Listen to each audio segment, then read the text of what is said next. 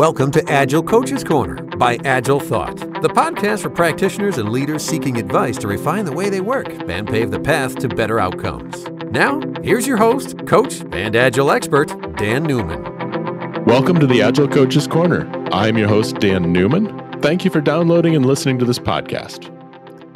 If there's a topic you'd like us to discuss or a guest you'd like us to consider having, go ahead and shoot us an email at podcast@agilethought.com or tweet it to us with the hashtag AgileThoughtPodcast. I'm really excited today to have a thought leader from Wemanity and a co-author of the Agile Manifesto, Arie van Bennekum, joining us today. Of course, the opinions and thoughts you're going to hear expressed here are those of myself and of Arie, and not necessarily those of Agile Thought, other companies, or other people. Arie, let's start by getting a glimpse into the context that you folks were operating in when the Agile Manifesto was first authored. When we wrote the manifesto, all of us were like working in a different way for some time. I was recently with James Grenning at my Dutch office, Wemanity Dutch office, and he's in 1999 he met Ward Cunningham on extreme programming and test-driven development. So he changed. I started my change in 1994.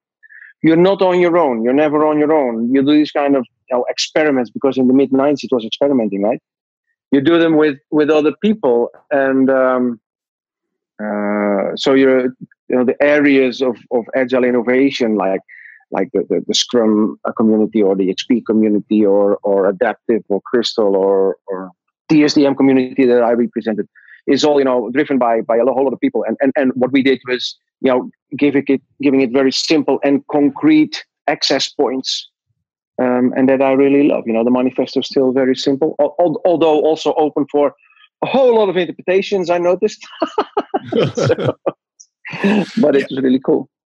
So you're talking about misconceptions and interpretations of the manifesto? Yeah, and I'm curious what you're seeing. One of the misconceptions I see is that people think you folks got together and just imagined a new way of working, as opposed to what I think you were describing, which is capturing the way you folks had been working in lots of different ways and distilling the commonality about that way together.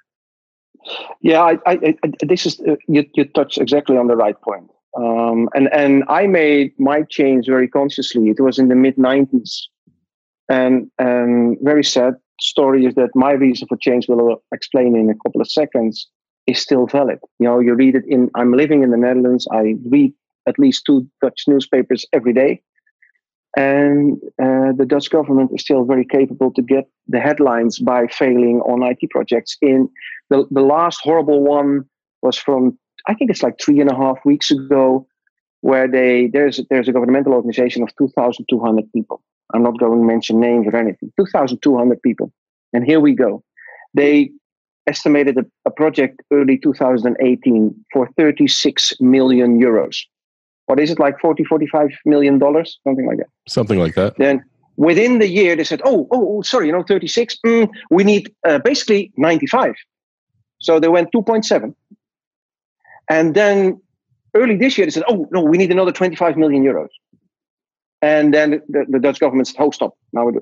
So in the meanwhile, they already spent 65 million, which is over 30,000 euros per individual employee. Waste. Total waste.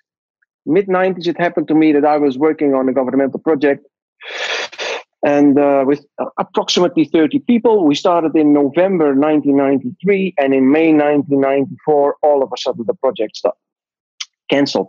This is like you come in, almost everyone was an external. You come in at 8:15 in the morning, at 10 in the morning, say, do you have time? We have a project team meeting, and 10:15 everybody's out. Literally outside the building. Just do this, right? 30 people, 7 full-time months. This is millions, right? Waste. And I never want to do this again. And the stories kept on coming, project here, gone. The average, this is a statistic from 2013 or something. The average IT project in the Netherlands closes at 189% of the original budget. This is times 2. And I made a model decision. I'm not going to do this anymore. And I remember going down driving from the client to the office, I spoke that morning to 5 of the 6 managers we had at the consultancy firm I worked for. And I just said, I don't want to do this anymore. And I didn't know what was out there. I had no clue. And one of them gave me a call. He said, I have something that's really, really for you, something. And he got me into rapid application development.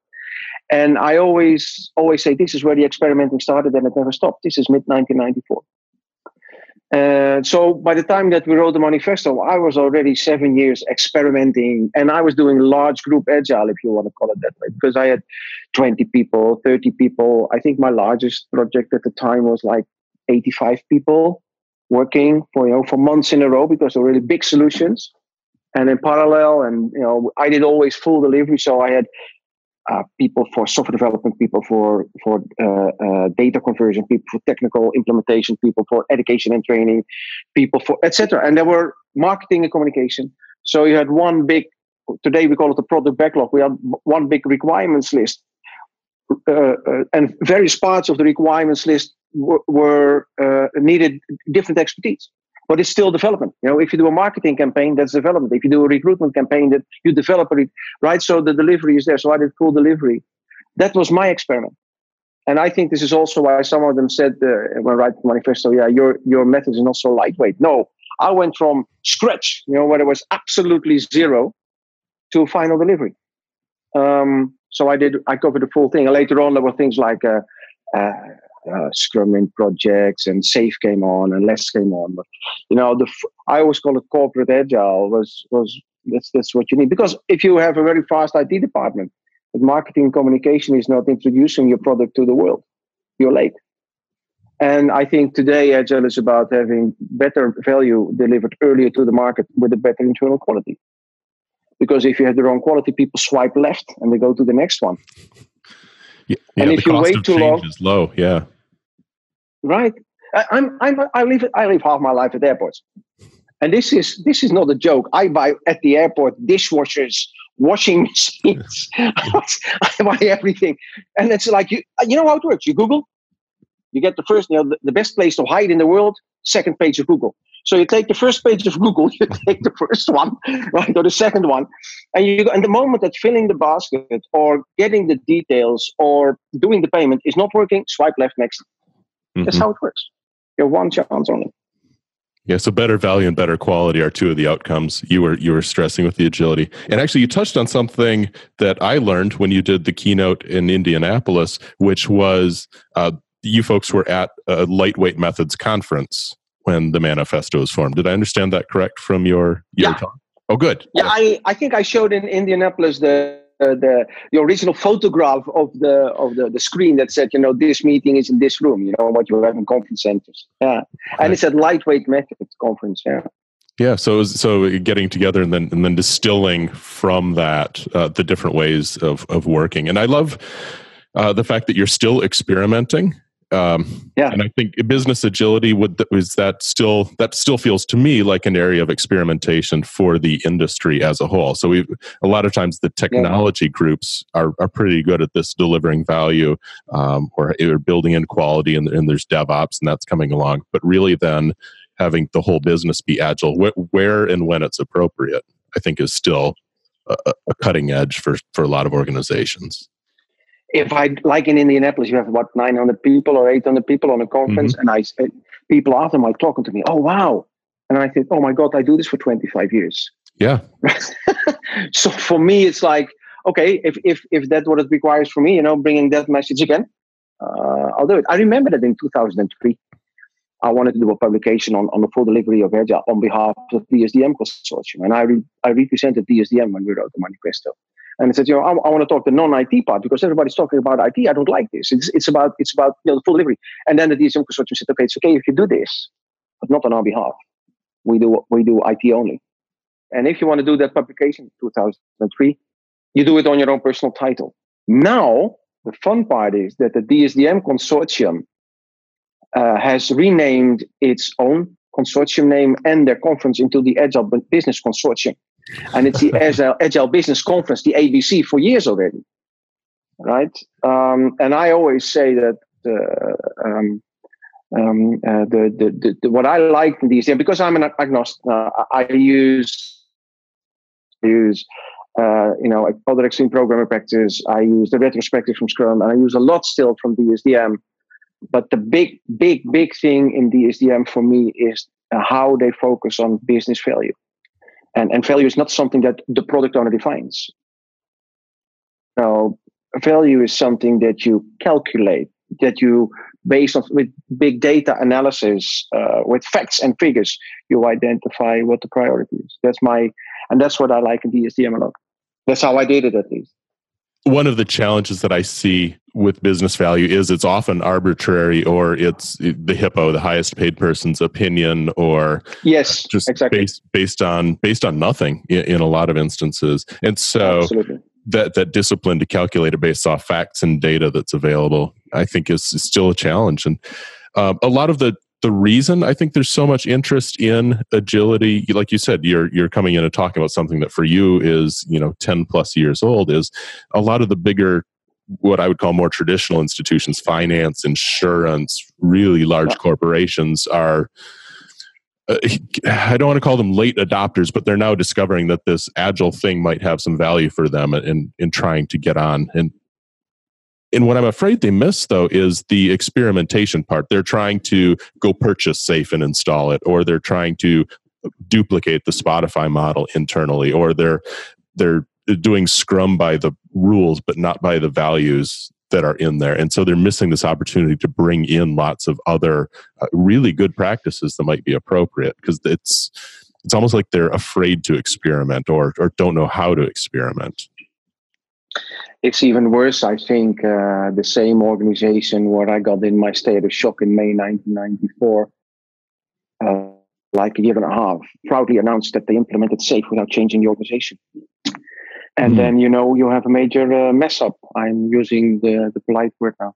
The Spotify, I think it was Henrik Nieberg himself who said, Spotify is not a model. This is how it works for Spotify. You have to find your own way. And people try to do it the cheap way. And what people do not understand, if you really want to work, because Agile itself is not complicated. Things like the Agile rituals are for me the most essential. Visual management is second, right? But the point is, in this, there is empowerment of the team, different decision-making processes, empowerment of people, different way of documenting, reporting, communication. And this requires a paradigm shift. And a paradigm shift is a shift of how you see the world, which is approximately the most difficult thing that you do. And the point in time where all organizations are open to Agile, at least in with the lip service, is because the pace of innovation, the technology, is not only facilitating people in their job. For example, in banks, we have things that are so handy that you can do. So they can fire people because they can do the same work, with less people, because you automate everything. But the big point in technology is it disrupts business models.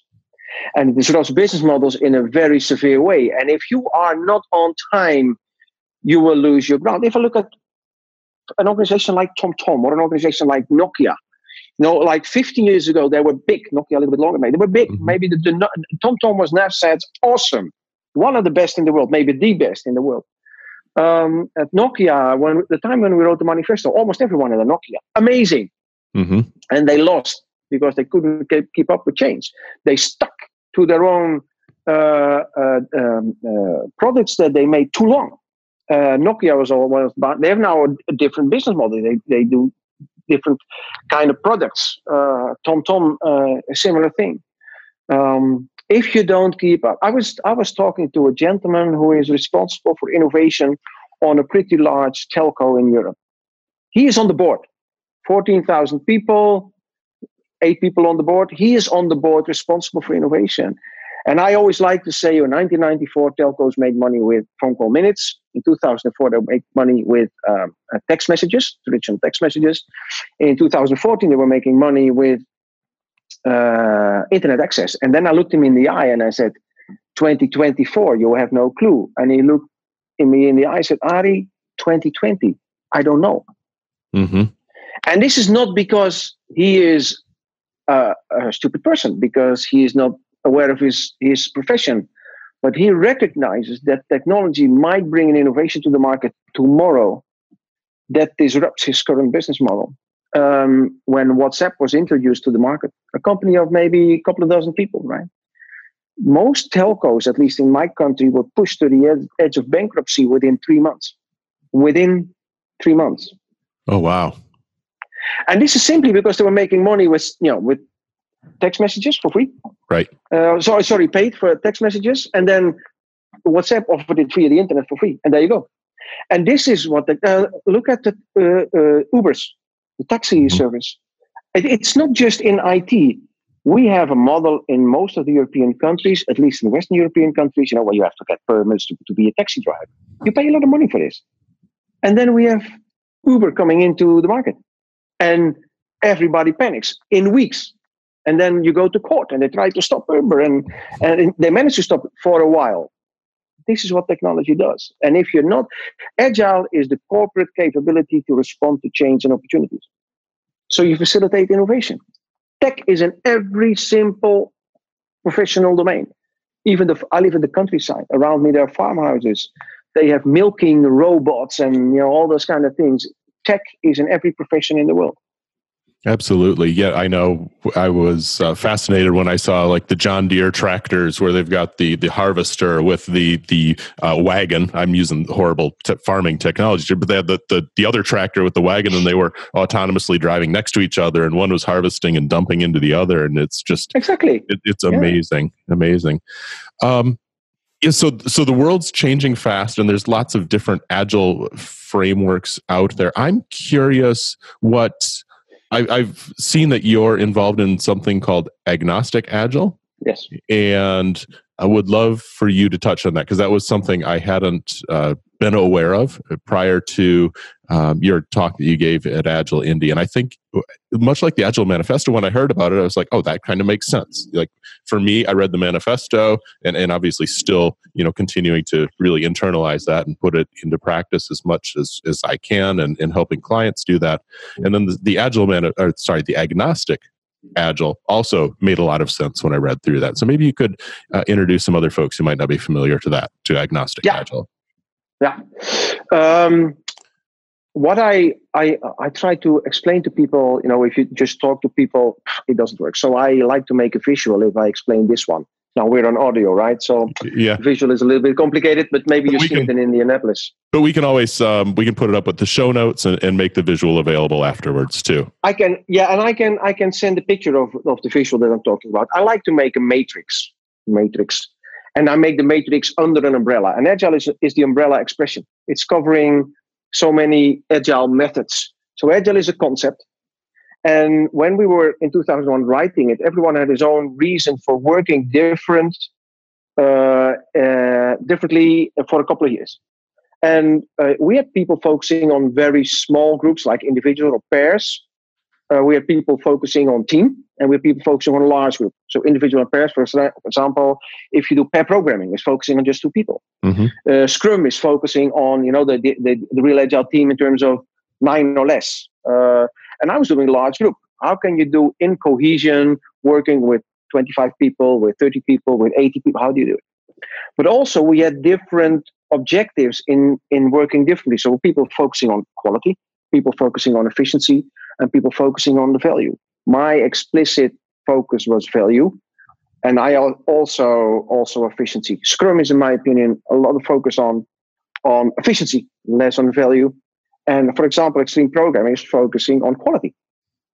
So if you are an Agilist, if you are a practitioner, I would say you have the concept of Agile, then you have the methods and you have the practices. And every method has more than one practice.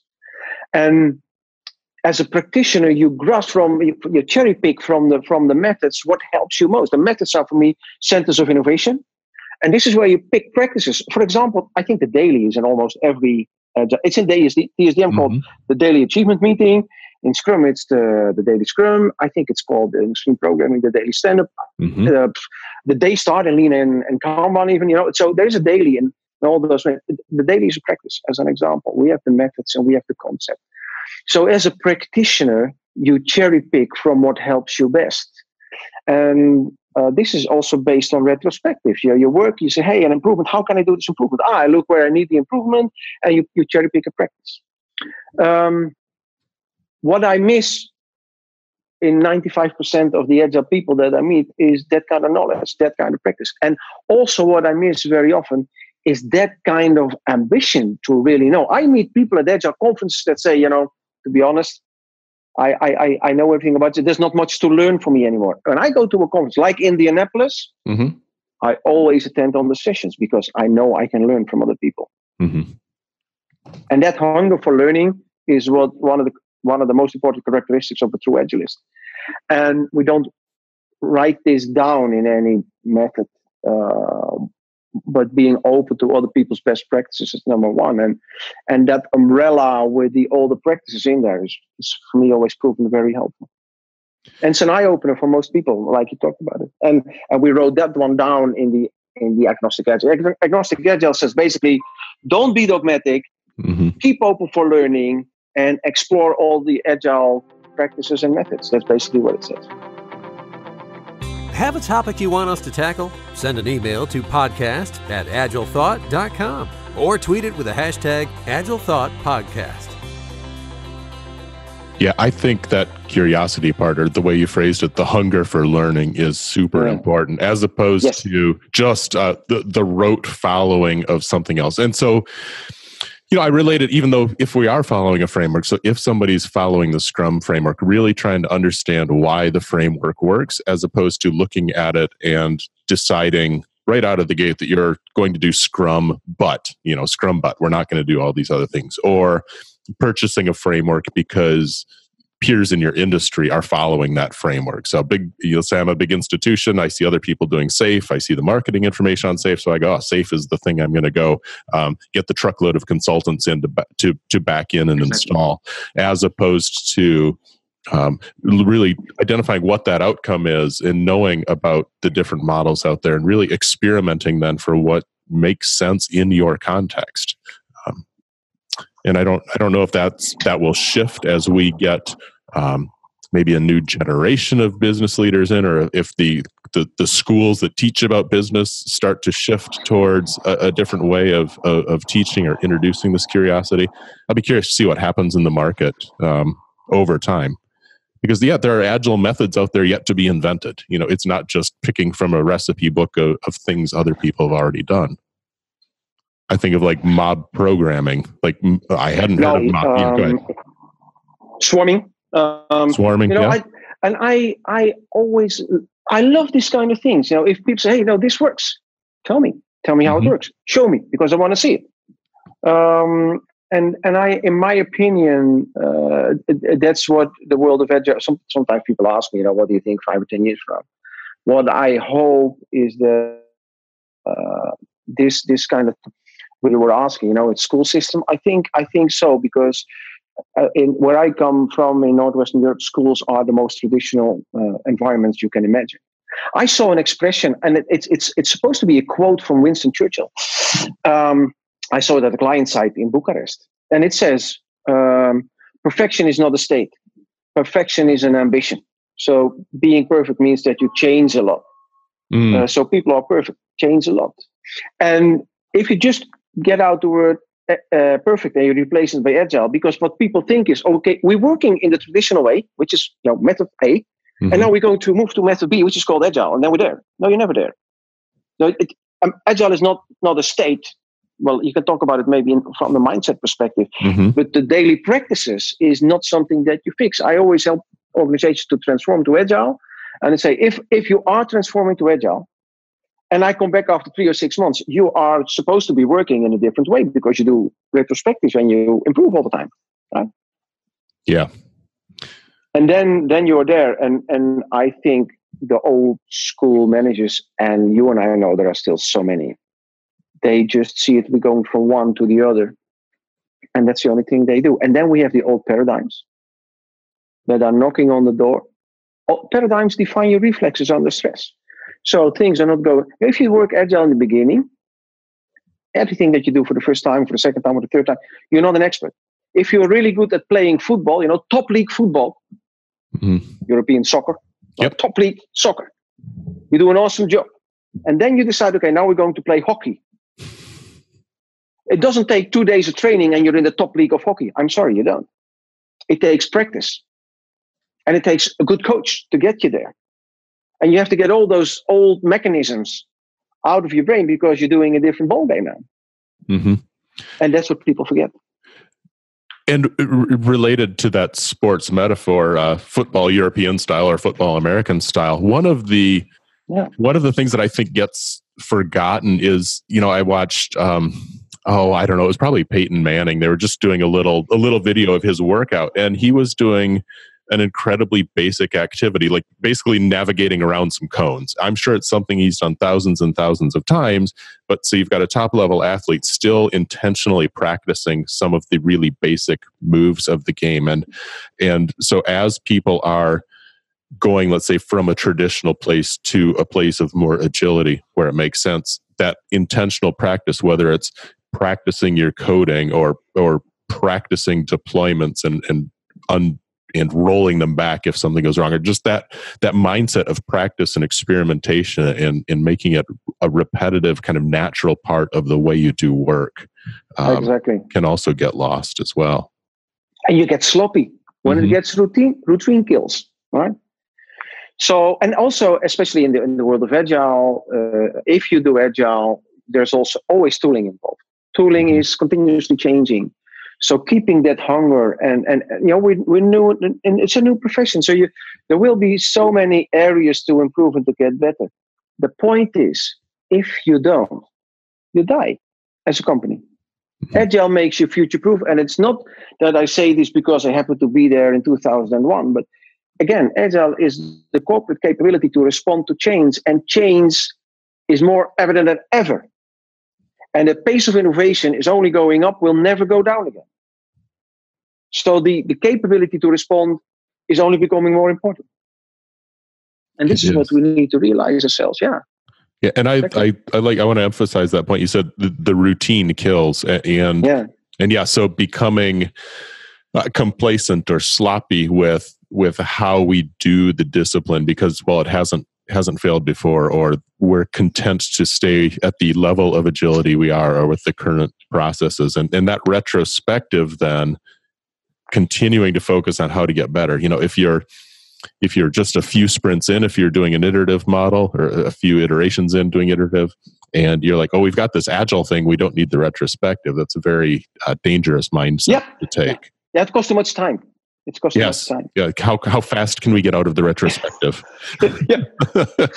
Or we do a retrospective, but we don't implement an improvement.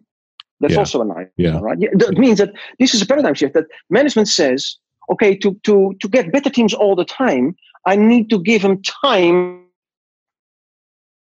for improvement. What managers do is they don't give them time for improvement, but they expect them to become better anyway, which is stupid.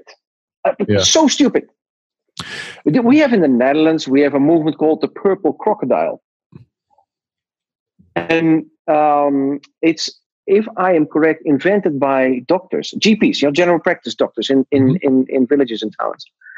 And it was if I am telling this totally correct, initiated by the doctor made a prescription of medication for one of his patients, and he sent it to the pharmacy. And he got it back, and they said, there's no B4 on it. I said, what do you mean B4?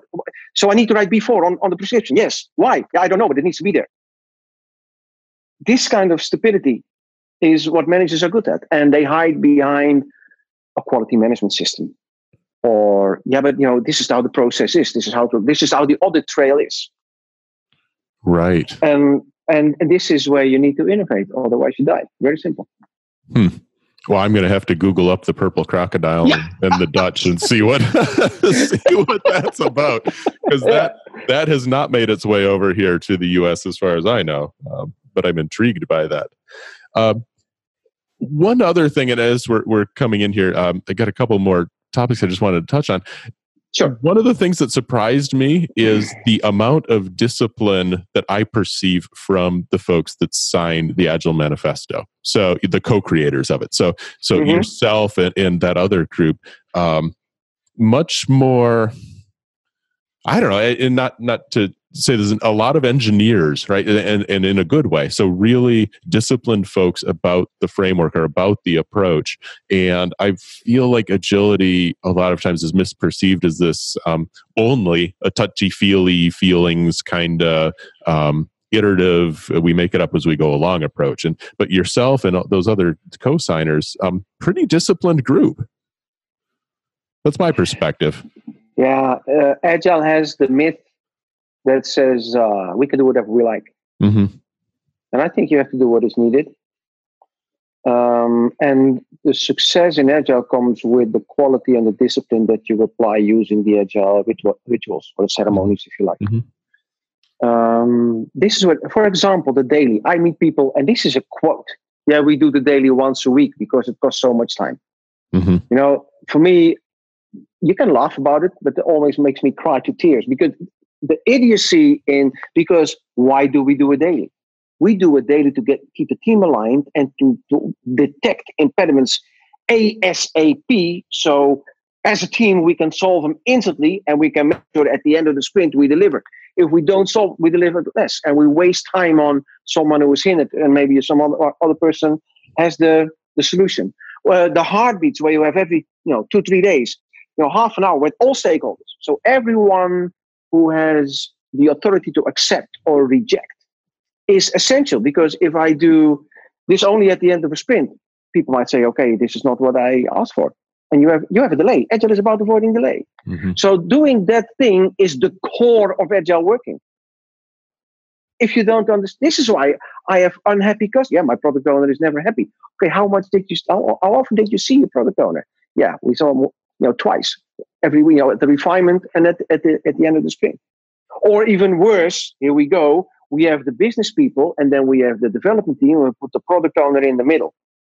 So the business people talk to the product owner talks to the team, the team talks back to the product owner, and then the product owner talks back to the business, which means that we have already 4 interpretations on the same topic.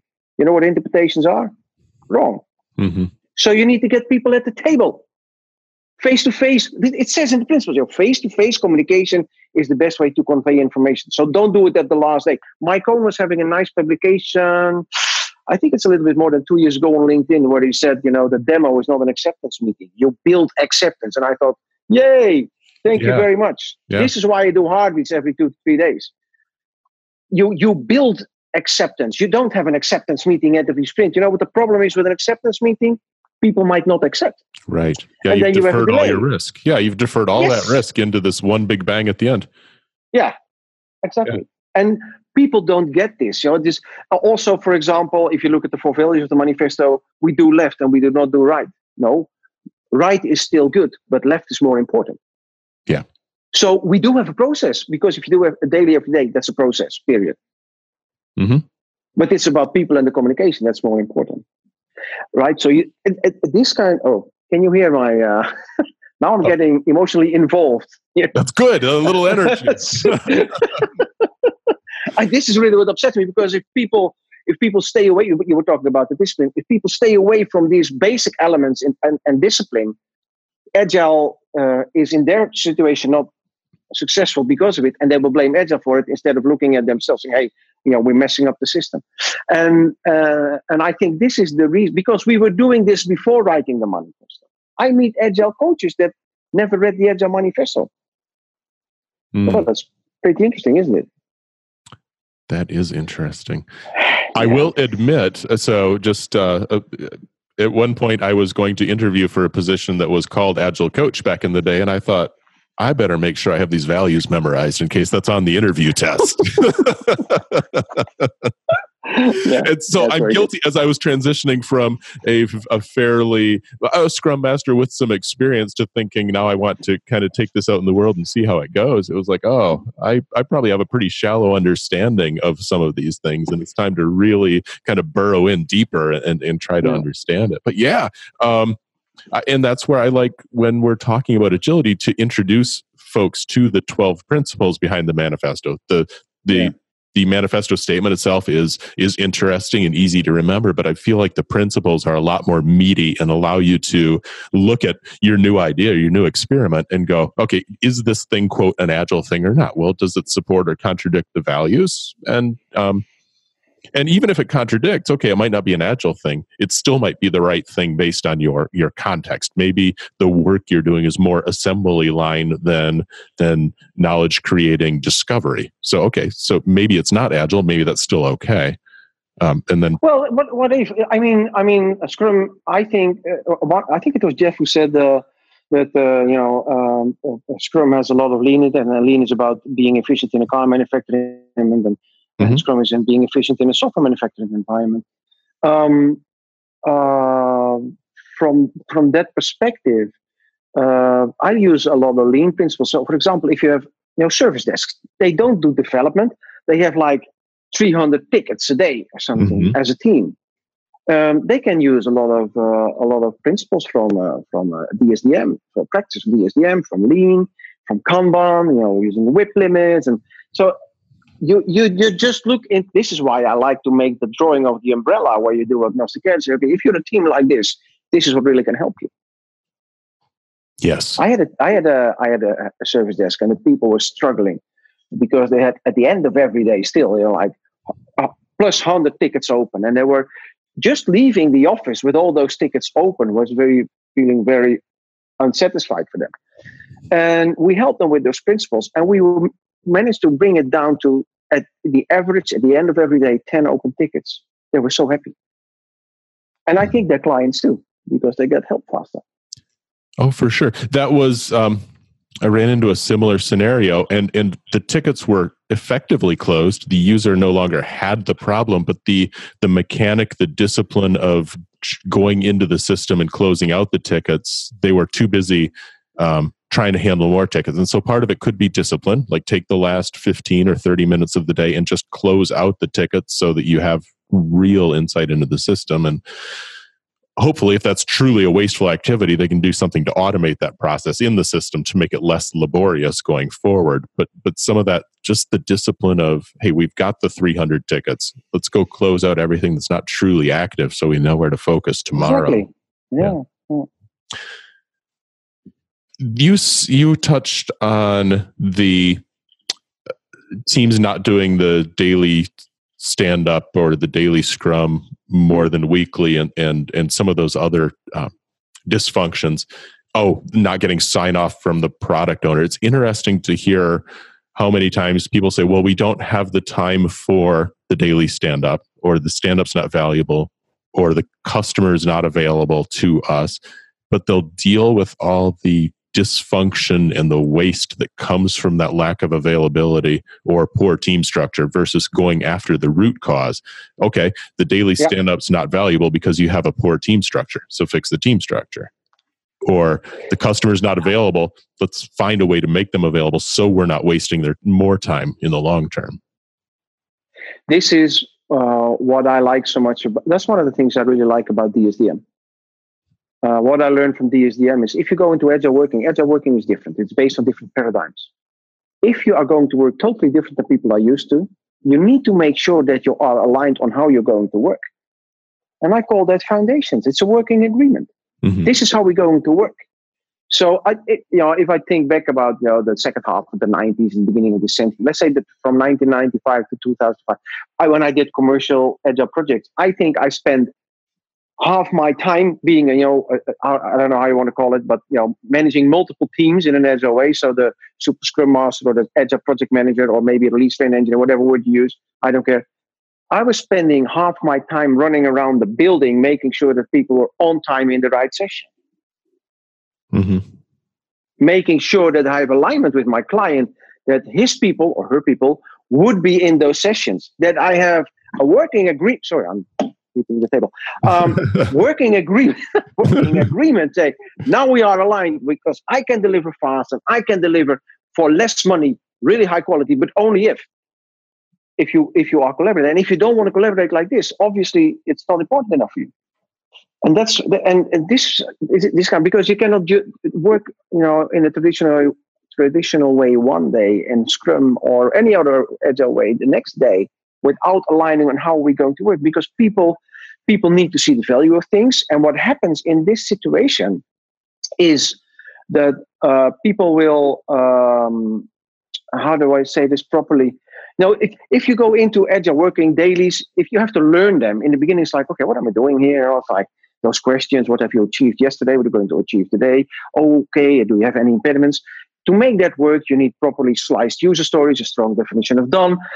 Those things, that's not all in place in the first week. So people need to learn. Mm-hmm. So in the beginning, it's not perfect, but nevertheless, you have to keep up with it. And this requires a strong agreement. Okay, this is how we work. This requires a strong agreement on implementing change and improve.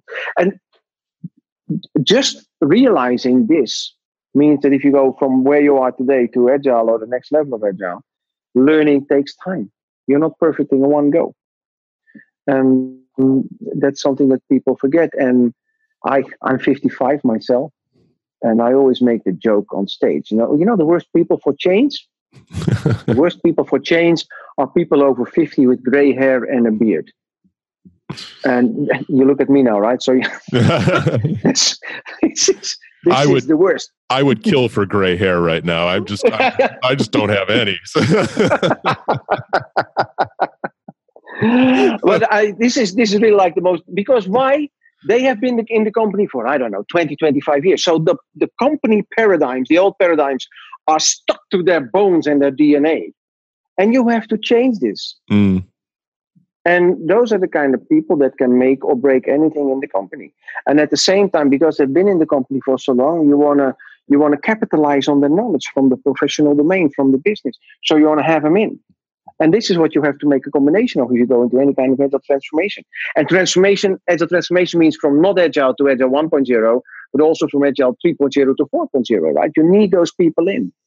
And there will be always people resistant to change. And there are also Agile communities totally resistant to change, because I see those great people all of a sudden adopting one Agile method, and that's the only thing.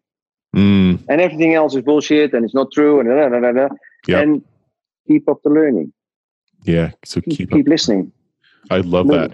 And so I want to be respectful of our time box and your time. And okay. I want to, we usually ask people kind of what they're reading or what's inspiring them or where you're learning. And so you mentioned Agile 3 to 4. What kind of concepts are you exploring, or what's kind of feeding your brain these days, your thought leadership?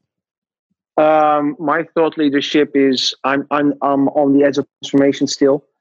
I think we're just at the beginning. Corporate transformation is for me very important. I'm writing my book. I'm publishing it in I would say 1 to 2 months. It will be out, because so many people ask, when do you publish a book? Because I never wrote the book, and now I'm going to write my book. Actually 3 this year. And the first one is, and that's for me the driver is, I call it You're the Architect of Your Own Life. That's the title. And I'm exploring what is people.